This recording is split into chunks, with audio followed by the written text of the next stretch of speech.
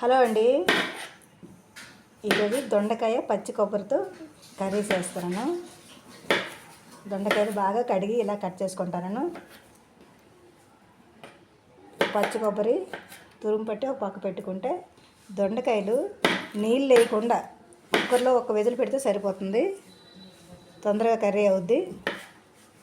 ఇలా కట్ చేసుకొని కుక్కర్లో పెడతానండి. నేనైతే 2 కిలోలు దొండకాయలు తీసుకున్నానండి. కర్రీకి 2 కిలోల దొండకాయలు. మా కూరకు సరిపడా ఉప్పు పసుపు వేస్తాను దీంట్లో.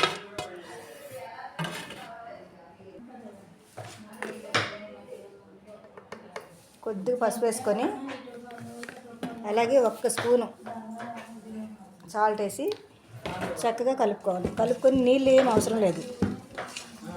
1 విజిల్ వచ్చినట్టు పెట్టుకుంటే 1 విజిల్కి బాగుంటుంది. ఈలోపు పచ్చి కొబ్బరి రెడీ చేసుకుందామా. విజిల్ పెడతాను.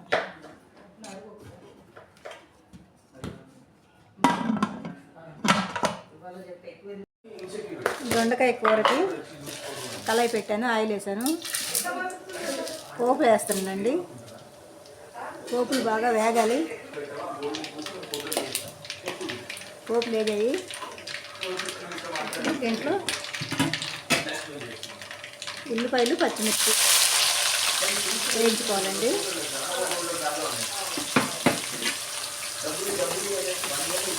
చక్కగా వేగాలి.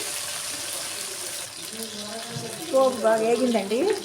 ఉల్లిపాయలు పచ్చిమిర్చి వేయాలి. ఇప్పుడు కొద్దిగా పసుపు వేసుకుంటాం. ముందు ఉడికించినప్పుడు పసుపు వేసుకున్నాం కదా, కొద్దిగా వేస్తాను. మా కూరకు సరిపడా కారం వేస్తానండి.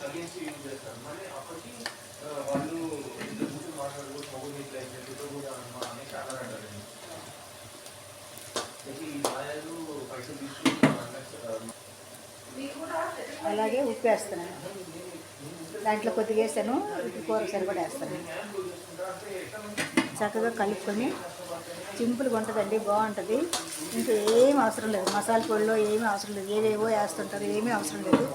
ఇది ముందుగా దొండకాయలు కడిగేసి బాగా కట్ చేసుకుని కుక్కర్లో పెట్టాను కదా, ఇలా 1 విజిల్కే ఇలా ఉడికిపోయాయి. అంటే నీళ్ళు వేయ అవసరం లేదు. నీళ్ళు లేకుండా 1 విజిల్ పెడితే చాలు. ఇప్పుడు ఈ దొండకాయలు తీసుకుని వేస్తాను.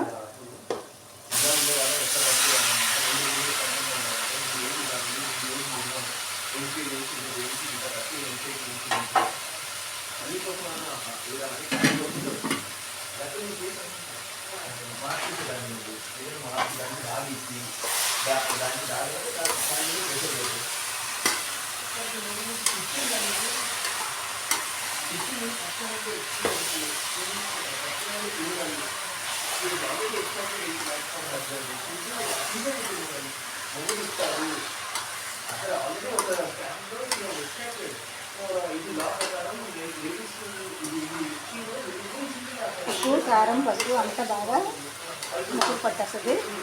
ఇప్పుడు పచ్చి కొబ్బరి తురుము పట్టి పెట్టుకున్నాను.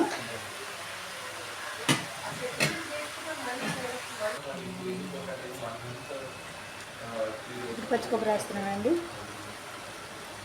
ఏం అవసరం లేదు. ఉప్పు కారం పసుపు పచ్చి కొబ్బరి వేసి ముక్కలు ఉడికించుకొని ఇలా వేసుకుంటే పోపులో వేసుకుంటే కొబ్బరి వేసుకుంటే అసలు సూపర్ ఉంటుంది. పచ్చి కొబ్బరి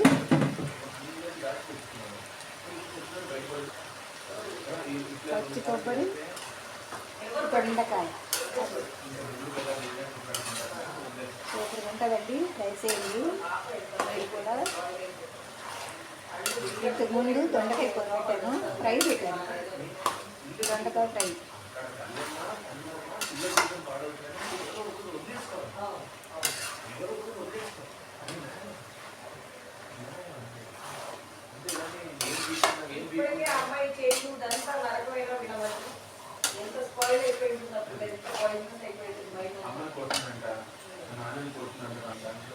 అంతేనండి. దొండకాయ పచ్చి కొబ్బరి కూర రెడీ అవుతుంది. చూడండి ఎంత బాగుంది. చక్కగా మగ్గిగా సూపర్గా ఉంటుంది. వేడి అన్నంలో తింటే దొండకాయ పచ్చి కొబ్బరి కూర. మీరు కూడా ట్రై చేయండి. నచ్చితే లైక్ చేయండి, షేర్ చేయండి.